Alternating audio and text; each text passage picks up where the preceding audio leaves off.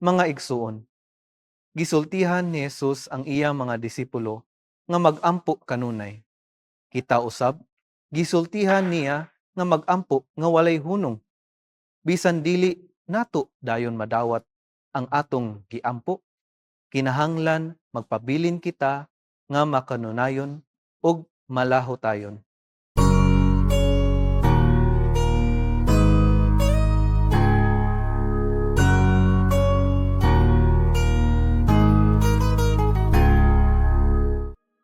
Mga igsuon, mayong adlaw sa tanan.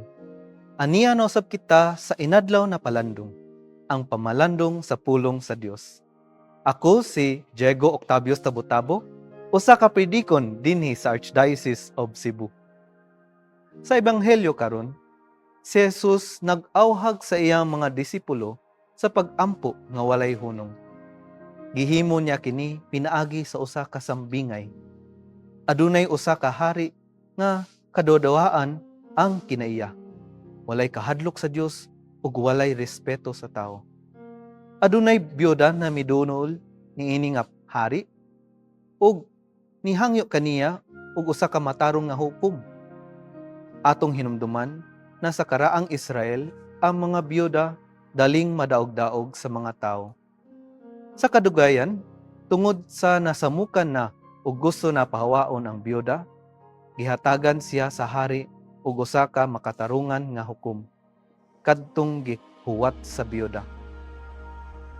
Mga igsuon, gisultihan ni Jesus ang iyang mga disipulo nga mag-ampo kanunay.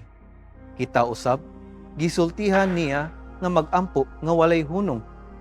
Bisan dili nato dayon madawat ang atong giampo, kinahanglan magpabilin kita nga makanunayon ug malahotayon.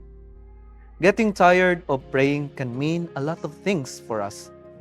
It can mean that we resort to our old ways of sinning, granting ourselves once again of our selfish desires. It could mean that we stop hoping to be a better person, ceasing to strive, or stop seeing that God is a generous Father who would help us in times of need, because we ourselves have become impatient already.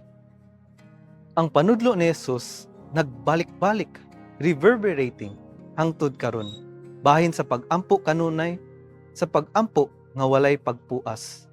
Kay kung ang hari sa sambingay naghatag og usa ka matarong nga desisyon sa byuda, unsa pa kaha ang Dios nga labing mahigugmaon ug maluluy-on. Siya mutubag sa atong mga pag-ampo. Amen.